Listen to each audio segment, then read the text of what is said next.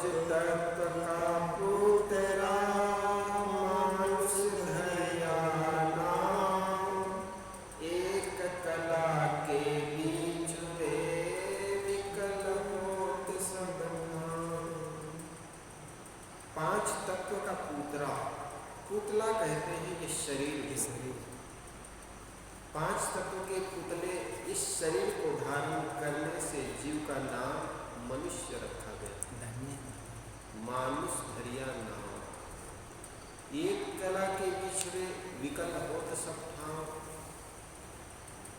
एक सद्बुद्धि के बिना यह सब जगह पीड़ित रहता है।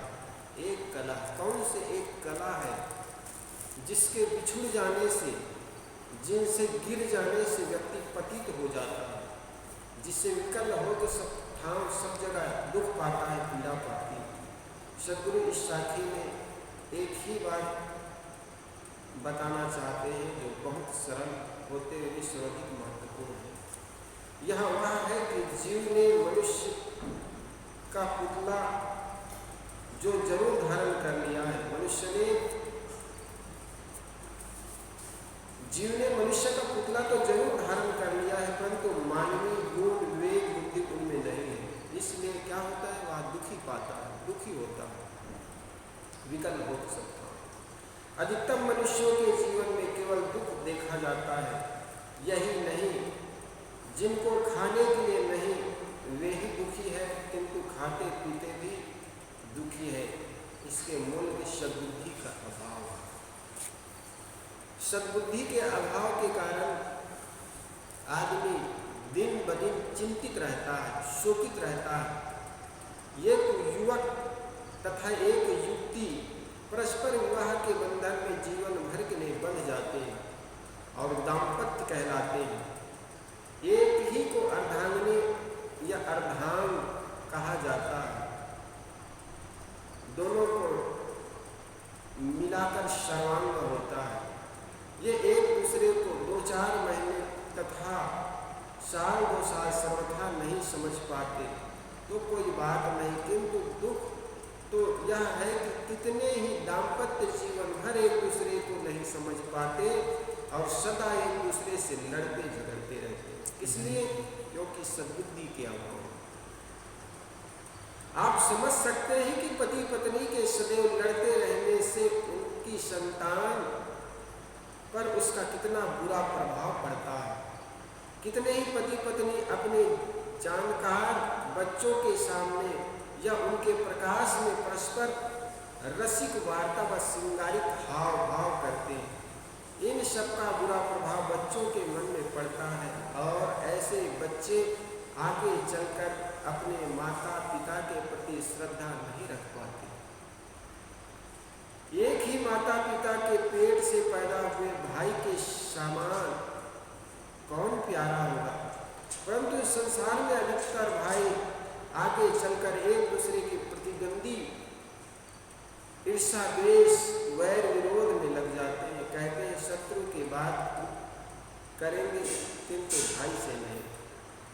संसार में कम लोग ऐसे हैं जो अपने पड़ोसियों से प्रेम करते हो, जबकि वे उनसे अपने लिए प्रेम चाहते हैं। मनुष्य जो असली देवता है उससे घृणा करता है, फिर जीवन में शांति कहाँ से आ सकती है। इन सब का कारण है सद्बुद्धि का अभाव। नौकरी छूट न जाए, व्यापार में घाटा न हो जाए, व्यापार बंद न हो जाए, खेती बाड़ी मारी न जाए, प्रिय सज्जनों का वियोग न हो जाए, शरीर रोगी न हो जाए, समाज में अपमान न हो जाए। इन जैसे अनेक संशय मनुष्य के मन को रात और दिन चलाते रहते हैं, जबकि इनमें से कोई बात तो जीवन में होती ही नहीं, और यदि हो जाती तो जीवन के लिए दूसरा रास्ता निकल आता है। कई बार पहले से ही अच्छा रास्ता निकल आता है। सबसे बड़ी बेवकूफ़ी तो हमारी यह होती है कि सोचते रहते हैं कि हम मर न जाए, जबकि मरना पक्का है। मर जाएंगे तो क्या बिगड़ जाएगा। सद्बुद्धि के अभाव में मांस, शराब, गांजा, भांग, बीड़ी, सिगरेट, तंबाकू, गुटखा, पान, सुपारी, नान, ना मालूम क्या क्या खाने पीने की आदत बनाकर उनकी आदत में तथा उनके परिणाम स्वरूप लोगों एवं धन अभाव में पीड़ित रहता है। यह परख ही नहीं कि मैं कौन हूँ। मनुष्य अपने आप चेतन देव को देह, मन, बुद्धि आदि से पृथक समझता है। इसके परिणाम में भोग बुद्धि रखकर मनुष्य रात दिन विषय वासनाओं में लिप्त रहता है। विषयासक्ति आदमी इच्छाओं की भट्ठी में निरंतर जलता है। भोग क्रियाओं में इच्छाएं बनाती है और इच्छाओं से भोगों में पुनः प्रवृत्ति होती है। भोगों के बाद पुनः इच्छाओं की ज्वाला धधकती है। भोगों में पड़े हुए मनुष्य का यह घन चक्कर कभी नहीं छूटता। भोगों का त्याग किए बिना इच्छा ज्वाला कभी बूझ नहीं सकती। इच्छा ज्वाला के बुझे बिना जीव हर समय बिलबिलाता रहता है। जीव का शुद्ध स्वरूप चेतन है, निराधार एवं असंग है, पूर्ण काम तथा पूर्ण संतुष्ट है। परंतु इस प्रकार अपने स्वरूप का बोध न होने से तथा इस बोध में न स्थित होने से विकल बोध सब ठाव जीव हर जगह हर समय दुखी रहता है। मानव जीवन की मौलिकता विवेक में है। विवेक सब सुखों की खानी है। मनुष्य की तकदीर में दुख नहीं लिखा है, किंतु विवेक लिखा है। परंतु यह विवेक का प्रयोग नहीं करता, इसलिए दुखी रहता है। एक कला के बिछुड़े विकल होत सब ठाव, यही एक कला विवेक है, जिसके अभाव में आदमी हर जगह अशांत है।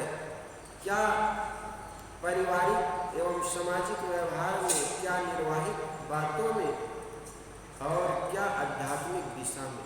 अतएव जिनके पास अच्छी समझ, सद्बुद्धि, विवेक एवं परख है, वे ही जीवन के सच्चे अर्थों में सुखी हो सकते हैं। सद्गुरु राम रहस्य साहब ने कहा है, फेर परा नहीं अंग में, नहीं इंद्रिन के माय, फेर परा कछु बूझ में, सो निर्वारे नाय। साहब कहते हैं, फेर परा नहीं अंग में, नहीं इंद्रिन के माय। एक सज्जन व्यक्ति और दुष्ट व्यक्ति में शरीर और इंद्रियों का फेर नहीं है, भेद नहीं है। एक दुष्ट व्यक्ति और सज्जन व्यक्ति में केवल फेर है तो समझ का फेर है। फेर परा कछु बूझ में, बूझ कहते समझ में, और समझ में फेर नहीं पड़ने के कारण फेर परा बूझ में, इसी कारण इसका उसने निर्वार नहीं किया। इसका निर्वार करना चाहिए कि मुझ में और एक दुष्ट व्यक्ति में या एक सज्जन और मुझ में क्या अंतर है। अंतर इंद्रियों का नहीं है, अंतर देह का नहीं है, अंग का नहीं है, अंतर है केवल समझ का।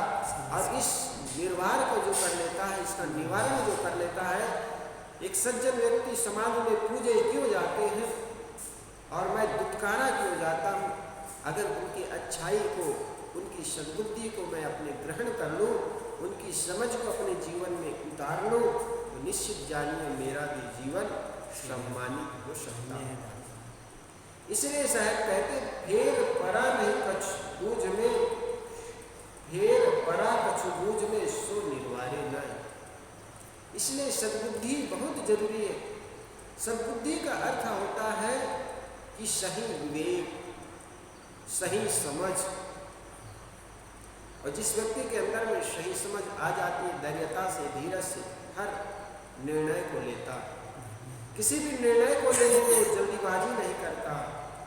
और जो आदमी अफरा तफरी में पढ़ करके, जल्दीबाजी में पढ़ करके निर्णय ले लेता है, बाद में पछताना पड़ता है। कोई भी बात हो, घर में, परिवार में, समाज में, देश में, उस बात पर हमें विचार करना चाहिए।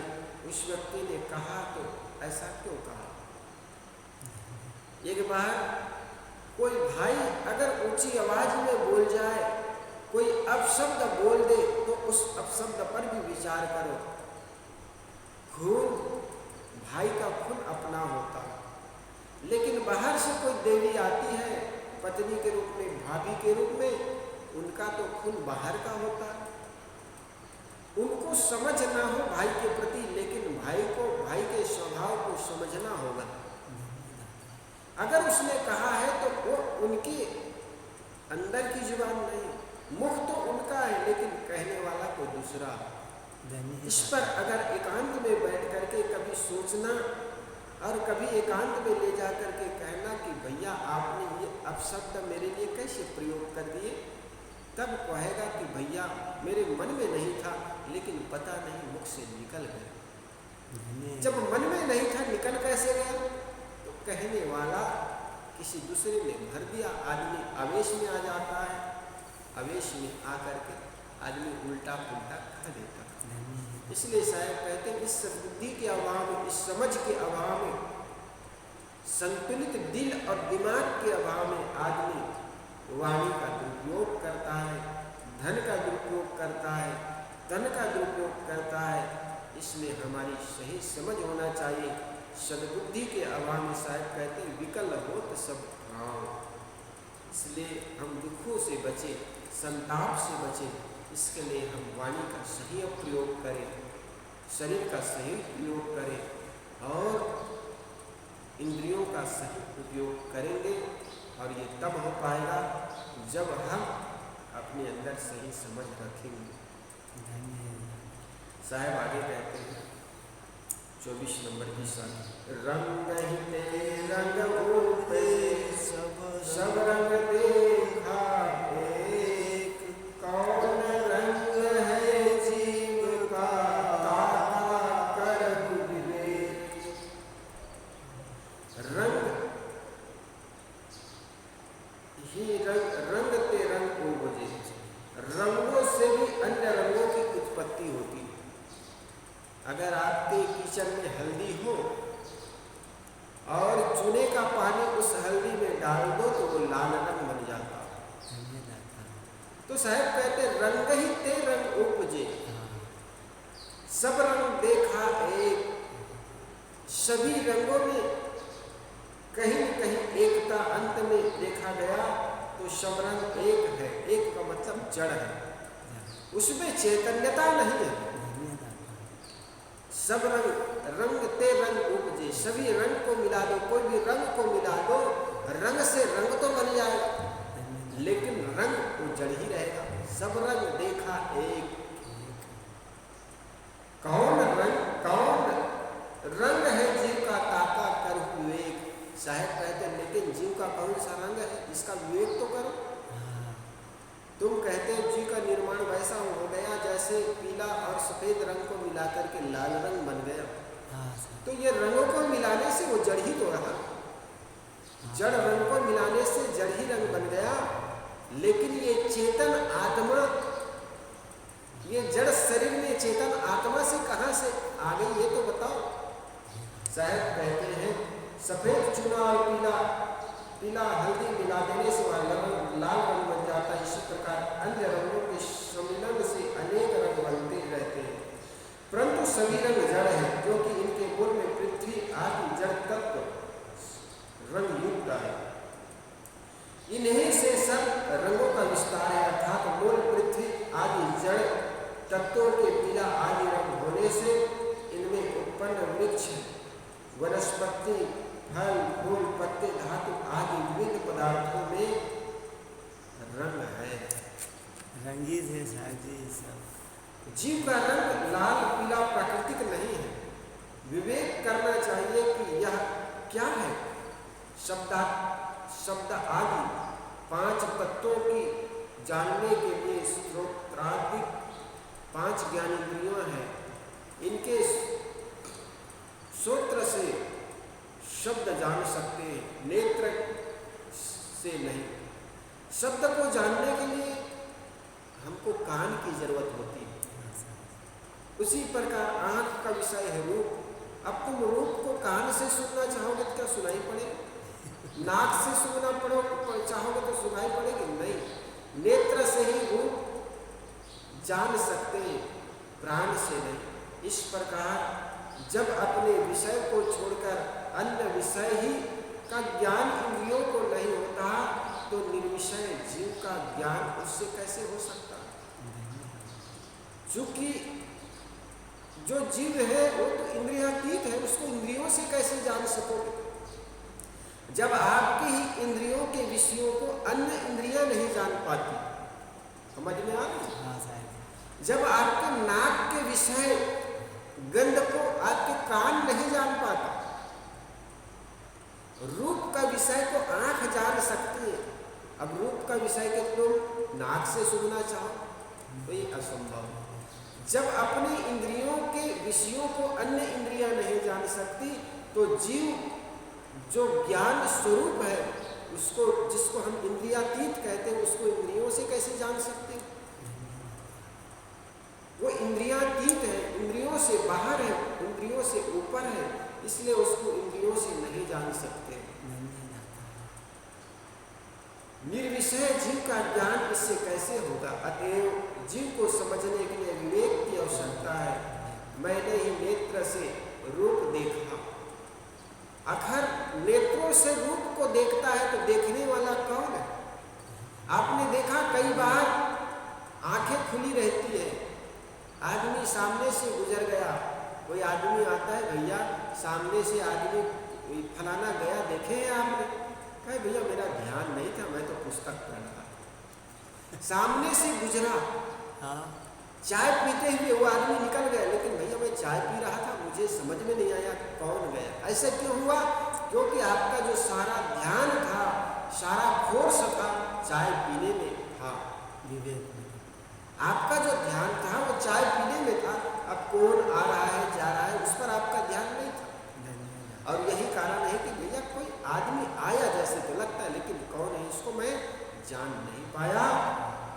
कई बार हम भोजन कर रहे हैं, सब्जी खा रहे हैं, रोटी खा रहे हैं, फिर घर की गृहिणी पूछती है कि सब्जी में नमक कैसा है? हमने कहा देखता हूँ, अभी तक खा रहे थे देखे नहीं। अब चूंकि पूरा ध्यान नहीं था, आपका ध्यान बटा हुआ था, लेकिन जैसे घर की गृहिणी कहती है कि नमक देखो सब्जी में कैसा है, तब कहता है देखता हूँ। अब देख करके बताते हैं, हाँ पूरा ध्यान अब देखने में लगाते हैं नमक कैसा। इसी को साहब कहते हैं कि स्रोत जो विषयों को तुम देखते हो आंखों से, लेकिन आंखें खुली रहती फिर भी तुम देख नहीं पाते हो। जब तक अंदर से सक्रिय नहीं हो जाते हो, जब तक तुम एकदम ध्यान पूरा देखने में केंद्रित नहीं कर देते। जब किसी चीज को सूंघते हो तो और मन बटा रहता है, विवेक बटा रहता है, ध्यान बटा रहता है, तब तक वो सूंघने में क्या गंध आ रही है, सुगंध की दुर्गंध, इसका पता नहीं चलता। लेकिन जब चित्त एकाग्र हो जाता है, जब ध्यान से आप सुनते, तब पता लगता है ये लीली का गंध है कि मोगरे की सुगंध है। इसीलिए साहब कह रहे हैं जो नेत्रों से रूप देखा, कानों से शब्द सुना, जिह्वा से रस चखा और नाक से गंध सूंघा, त्वचा से स्पर्श किया और मन से स्मरण किया, यह ज्ञान करता कौन है? मन शरीर के छूट जाने पर, आत्मा के निकल जाने पर शरीर पड़ा रहता है, लेकिन उस आदमी को तुम गोबर खिलाओ, चाहे जलेबी डालो, उसका स्वाद जान पाएगा? उस आदमी के सामने में सुंदर रूप देख रख दो या क्रूप रख दो, क्या वो आंख से देख पाएगा? उनके सामने तुम गीता का श्लोक सुनाओ, सुनाते ना मरते समय गीता सुनाओ। अब गीता सुनाओ कि गालियां दो, उसको क्या फर्क पड़ेगा? क्योंकि सुनने वाला जीव बाहर निकल गया, और जब बाहर निकल गया नहीं कर्म बनते ना इंद्री ना मन से। अब जीव जादिन निकल जाएगा। सदगुरु श्री निर्मल साहब जी ने कहा, जादिन निकल जाएगा जीव तन से, नहीं कर्म बनते न इंद्री न मन से, जा दिन निकल जाएगा जीवतन से, नहीं कर्म बनते न इंद्री न मन से। जब जीव तन से निकल जाता है तो कुछ करके नहीं बनता है। उसी को साहेब कहते हैं जब शरीर से जीव निकल जाएगा तो कुछ कर्म बनते नहीं, करते नहीं बनेगा। साहेब आगे कहते हैं जब जानत वह अन्य को लहिमानंद समझे, भूमि लखा तब आपको मैं जानन ना तुम बंद। जब जानत वह अन्य को लहिमानंद समंद, भूमि लखत तब आपको मैं जानत वह तुम बंद। मानंदी के सहारे वह अन्य को जब जानता है तब उससे भूल कर अपने को देखता है कि मैंने ही तो उन जड़ अंधकार पूर्ण विषयों को जाना है, अतः मैं जनिया जीव हूँ। जो न से सो जीव न होई, जीव सदा अविनाशी सोई। पांच तत्व का जानन हारा, तीनों गुण का करता विचारा। वीर्य रक्त तेज तम श्वासा, सबको जानी करत विश्वासा। शून्य ही जाने शून्य न होई, जानन हारा जीव है सोई। जान ही आप जीव कहलाई, सबको जाने सब नहीं होई। जो पांचों तत्व जाने भाई, सो कहा आप तत्व होई जाई। तत्व ही होई के तत्व समावत, सो पुनि तत्व ही कौन बतावत। जीव ही मात्र जीव है सोई, जानते अधिक और नहीं कोई। पांच तत्व यह जगत सब जाने सो जीव जान। कल्पे सोई कल्पना, माने सो अनुमान। साहेब कहते जो नशे सो जीव न होई, जो नाश हो जाए वो जीव नहीं है। जीव सदा अविनाशी सोई, जीव अविनाशी है। पांच तत्व का जानन हारा, तीनों गुण का करत विचारा। साहब कहते ये पांच तत्व है और तीन गुण का विचार करने वाला ये जीव ही है। वीर्य रज तेज तम श्वासा, सबको जानी करत विश्वासा। ये सबको जान करके उस पर विश्वास करने वाला कौन है? शून्य को जानने वाला शून्य नहीं होता, शून्य ही जाने शून्य न होई। जानन हारा जीव है सोई। ये शून्य को भी जानने वाला ये कौन है? ये जीव है। रात्रि में आदमी गाढ़ी नींद सो जाता है, फिर कहता है मैं बहुत गहरी नींद में आज सोया। जब इंद्रियां मन थककर सो जाता है उसको कौन जानता? जीव है। तब तो कहता है मैं गहरी नींद में सोया। जब स्वप्न होता है तब कहता है आज मैंने स्वप्न देखा। स्वप्न को भी देखने वाला, जागृत को भी देखने वाला और गहरी नींद को भी जानने वाला कौन है? चेतन आत्मा है। इसीलिए कहते हैं वो जागृत स्वरूप है, वो कभी सोता नहीं, वो सदा जागृत अवस्था में रहते हैं। इसलिए साहब कहते हैं जानन हारा जीव जो है, शून्य को जानने वाला शून्य नहीं होता। जानन हारा जीव है सोई, जान ही आप जीव कहलाई। सबको जाने सब नहीं होई। जो सबके जानने वाला वो सब नहीं हो जाता है। घर को जानने वाला घर नहीं, वन जंगल को देखने वाला जंगल नहीं, इसको जानने वाला अलग दृष्टा चेतन जीव है। इसीलिए साहब कहे सर्वाहु को जाने सो तो सर्वाहु से न्यारो रहे। सोई गुरु रूप निज परख लखायो है, सोई गुरु रूप निज परख लखायो है। सबको जानने वाला, सबका दृष्टा, चेतन, अनंता, भोक्ता, दृष्टा जीव है। साहब आगे कहते हैं, पारख स्थिति के साधन काल में सभी वासनाओं को त्याग देने पर जो शेष बचा रहता है वही जीव का स्वरूप है। उसी को पारख कहते हैं।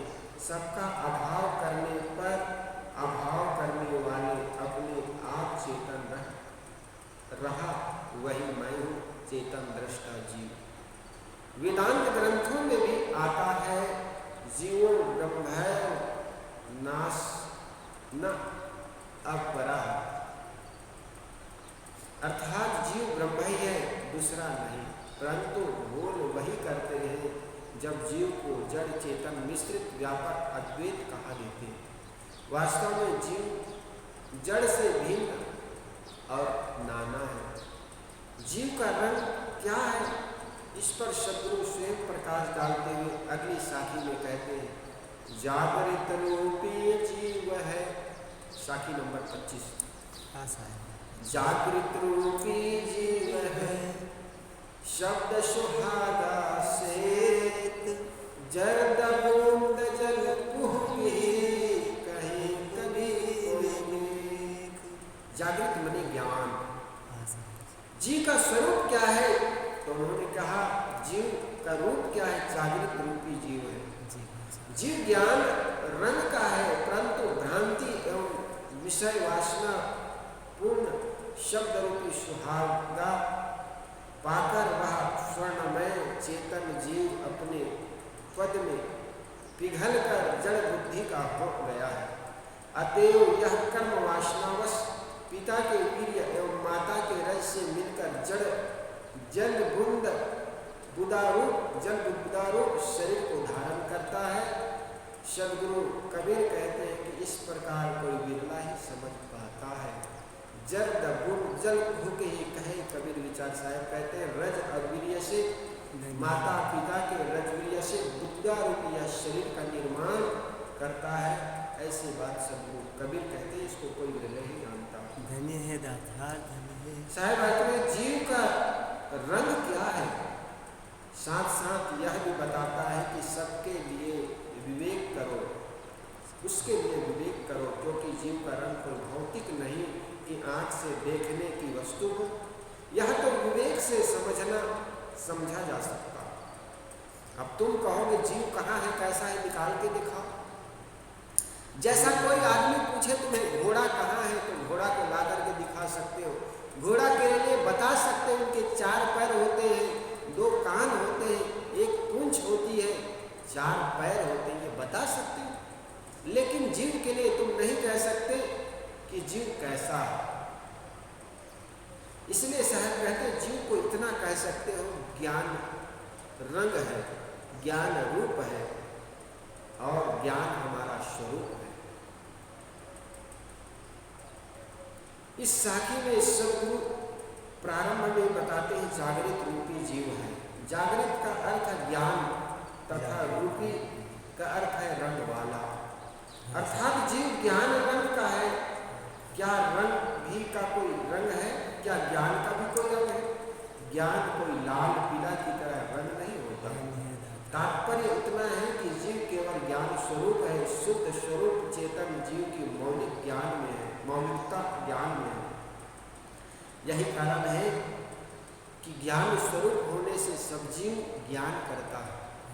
चींटी के सामने तुम कंकड़ और शक्कर रख दो तो शक्कर को लेकर के चली जाएगी। कोई चलते हुए कीड़े के सामने तुम पानी का लकीर खींच दो तो वो पानी का लकीर की ओर आगे नहीं बढ़ेगा, अपना रास्ता बदल लेगा। क्यों? क्योंकि उनको पता है कि इस पानी से भरे हुए अगर लकीर में पहुंच जाऊं तो मैं बह जाऊंगा या उसमें फंस जाऊंगा, ये पता है उनको, इसलिए रास्ता बदल लेता है। तो ज्ञान स्वरूप है सब जीव। तात्पर्य इतना है कि जीव केवल ज्ञान स्वरूप है, शुद्ध स्वरूप चेतन जीव ही की मौलिकता ज्ञान में है। जड़ पदार्थों में गुण धर्म क्रिया आदि होते हैं। जैसे पृथ्वी का गुण गंध है,